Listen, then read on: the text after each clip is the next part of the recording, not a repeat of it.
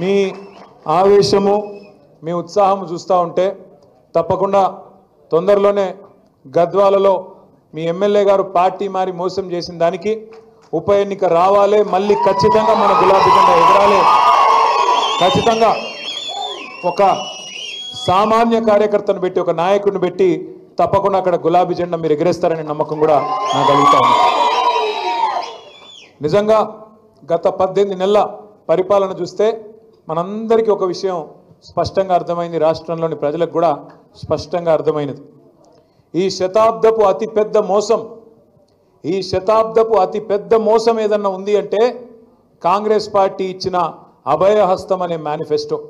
420 హామీలు ఇచ్చి ఎవరికి ఏది కావాలంటే అది చేస్తామని చెప్పి అరిచేతిలో వైకుంఠం చూపెట్టి ఆకాశంలో ఉన్న స్వర్గాన్ని కూడా మీ కాడికి తీసుకొస్తాం, మీ ఇంటి ముంగట పెడతామని చెప్పి పచ్చి అబద్ధాలు చెప్పి జూట మాటలు చెప్పి ఈ శతాబ్దపు అతిపెద్ద మోసాన్ని రాహుల్ గాంధీ వచ్చి, సోనియా గాంధీ వచ్చి, మల్లికార్జున్ ఖార్గే గారు వచ్చి, ప్రియాంక గాంధీ వచ్చి, సిద్ధరామయ్య వచ్చి, ఒకరు కాదు పెద్ద పెద్ద వాళ్ళందరూ వచ్చి రకరకాల డిక్లరేషన్లు, రకరకాల మాటలు, ఎన్ని పచ్చి అబద్ధాలు చెప్పి వాళ్ళ ప్రజలను మోసం చేసినారో ఒక్కసారి గుర్తు తెచ్చుకోమని చెప్పి నేను కోరుతా ఉన్నా.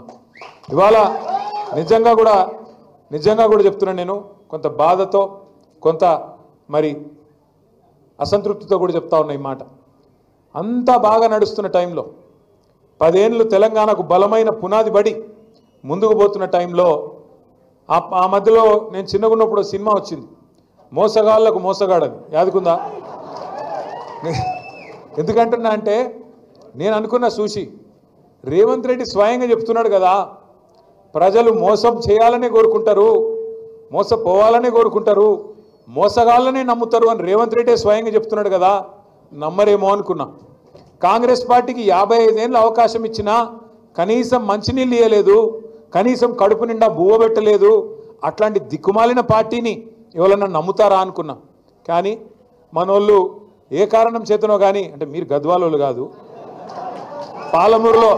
పాలమూరులో మిగతా నియోజకవర్గాల్లో మాత్రం నమ్మి బొక్కబొరలో పడ్డారు. ఈరోజు బాధపడుతున్నారు. ఇవాళ ఒక దగ్గర కాదు, ఎక్కడ పోయినా చెప్తున్నారు, ఎక్కడ పోయినా ఆపి పట్టి మరీ అడుగుతున్నారు, అన్నా ఎన్ని రోజులు చూడాలన్నా ఈ దరిద్రాన్ని, ఏదన్నా చూడరాదా ఉపాయం అంటున్నారు. ఇది వాస్తవం నేను చెప్పేది, మీ దగ్గర కూడా అంటూ ఉంటారు. నేను ఈ కాలం ఇక్కడికి వచ్చే ముందు మన మహమూద్ అలీ సాబు, మన మాజీ మంత్రి, ఆరోగ్యం బాగలేదు హాస్పిటల్లో ఉన్నాడు అంటే పోయి నాంపల్లిలో ఒక హాస్పిటల్ ఉంటే పోయి హాస్పిటల్లో నేను పలకరించి కిందికి వస్తున్నా. ఒక ముస్లిం లేడీ, ఒక పెద్ద మనిషి వచ్చి నా చేయి పట్టుకుంది, బిడ్డ ఆగాగు అంటే ఏందమ్మా అంటే మందిలో వచ్చింది అడ్డం పడ్డది, ఆగు నువ్వు అక్కడ ఆగు అనే. ఏమమ్మా అంటే ఏం లేదు, కేసీఆర్ గారికి ఒక మాట చెప్పు, కేసీఆర్ ఉన్నప్పుడు నా పేరు ఫలక్నుమాలో ఉంటా, నా పేరు నూర్ ఫాతిమా, కేసీఆర్ అన్నకు చెప్పు, అన్న ఉన్నప్పుడు మా ఇంట్లో కరెంటు పోకపోయేది, ఈ దరిద్రులు వచ్చినాక రోజుకి 8 సార్లు పోతున్నది, జల్దీ రమ్మను కేసీఆర్ను అన్నది. అంటే ఎట్లమ్మా ఏం చేస్తాము, ఒక ఓటుకు తప్పు ఓటుకు మరి శిక్ష 5 ఏళ్ళు కదా, ఏం చేయాలి నేను అని నేనంటే, ఏదన్నా ఉపాయం చూడు బిడ్డ, ఏదన్నా చూడరాదు మీరు అందరు కలిసి అంటున్నది. ఉపాయం ఏం లేదు, ఉపాయం ఒకటే, ఏ 10 మంది సన్నాసులైతే మన పార్టీ నుంచి పోయినరో ఆ 10 మంది సన్నాసులకు రేపటి రోజున ఉప ఎన్నికల్లో గద్వాలతో సహా కర్రు గాల్చి వాత పెట్టడమే ఉపాయం తప్ప వేరేం లేదు. మీ అందరికీ నేను మాటిస్తా ఉన్నా, వీళ్ళు వాళ్ళు అని కాదు, మీ ఎమ్మెల్యే పేరు తీసుకునే అక్కర కూడా లేదు. ఎందుకంటే కుండ పగిలితే పగిలింది కానీ కుక్క బుద్ధి తెలిసింది అని ఎవడు మనోడో ఎవడు దుర్మార్గంగా మనతో నుండి వెన్నుపోటు పొడిచేటోడో మనకు అర్థమైంది ఇవాళ.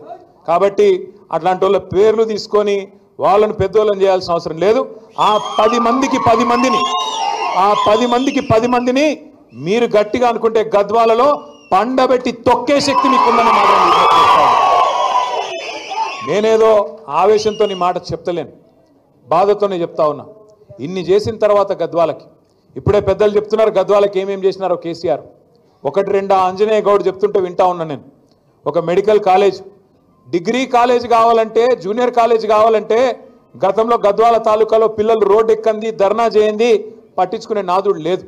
అట్లాంటిది మీరు అడగకుండానే, మీరెవ్వరూ అడగలేదు, దండం పెట్టలేదు, దరఖాస్తు చేయలేదు, మీ ఎమ్మెల్యే అడగలేదు, ఎవరు అడగలేదు, కేసీఆర్ గారే ఆలోచించి అయితే రాయచూరుకో లేదా కర్నూలుకో పోయే దుస్థితి మా నడిగడ్డ బిడ్డకి ఎందుకు ఉండాలని చెప్పి 600 పడకల ప్రభుత్వ ఆసుపత్రిని గద్వాలలో పెట్టింది కేసీఆర్ కాదా?